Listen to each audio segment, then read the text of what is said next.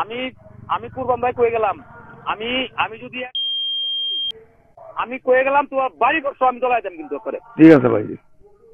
আমি যদি বিএনপি রাজনীতি করে দেই, আমার যদি রাজনীতির জায়গা আমি তোমার রেখে দেম। ঠিক আছে ভাই।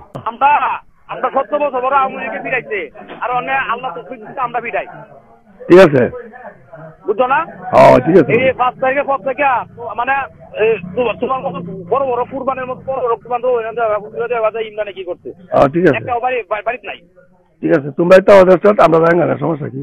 তুমি খুব ওই যে আমার নেতা যে জেলা বিএনপি দপ্তর সম্পাদক, সে আমাকে ফোন দিতে। এটার নাম কি? বলছে তুমি খলিল রহমান খলিল।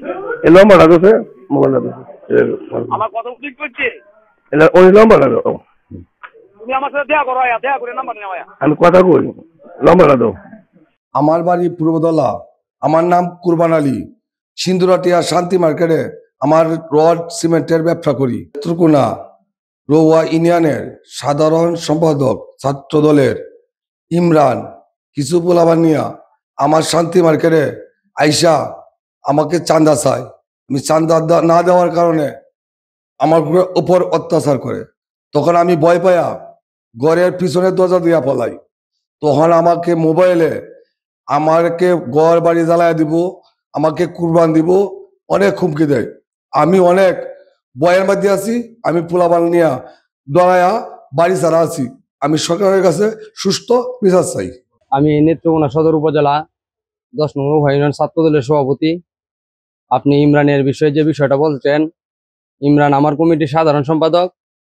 ইমরানের যে রেকর্ডগুলা বিভিন্ন গণমাধ্যমে প্রচার হয়েছে, এগুলা আমার কাছেও আসছে। আমি এই বিষয়গুলা নিয়ে অনেক যাচাই বাছাই করছি, করে দিই ঘটনা আসলেও সত্য। তারপরে আমি আমার নেত্রকোনা জেলা ছাত্র দলের সভাপতি ও থানা ছাত্র দলের আন্ডারে যে দায়িত্বে আছে, থানা ছাত্র দল বরাবর ও জেলা ছাত্র দল বরাবর, তাদেরকে আমি এই বিষয়গুলা তাৎক্ষণিক জানাইছি।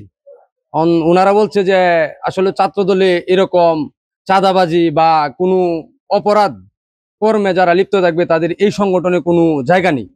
তারা এটা যাচাই বাছাই করে আরো যে ব্যবস্থা নেওয়া লাগে সাংগঠনিকভাবে তারা এই ব্যবস্থা নিবে।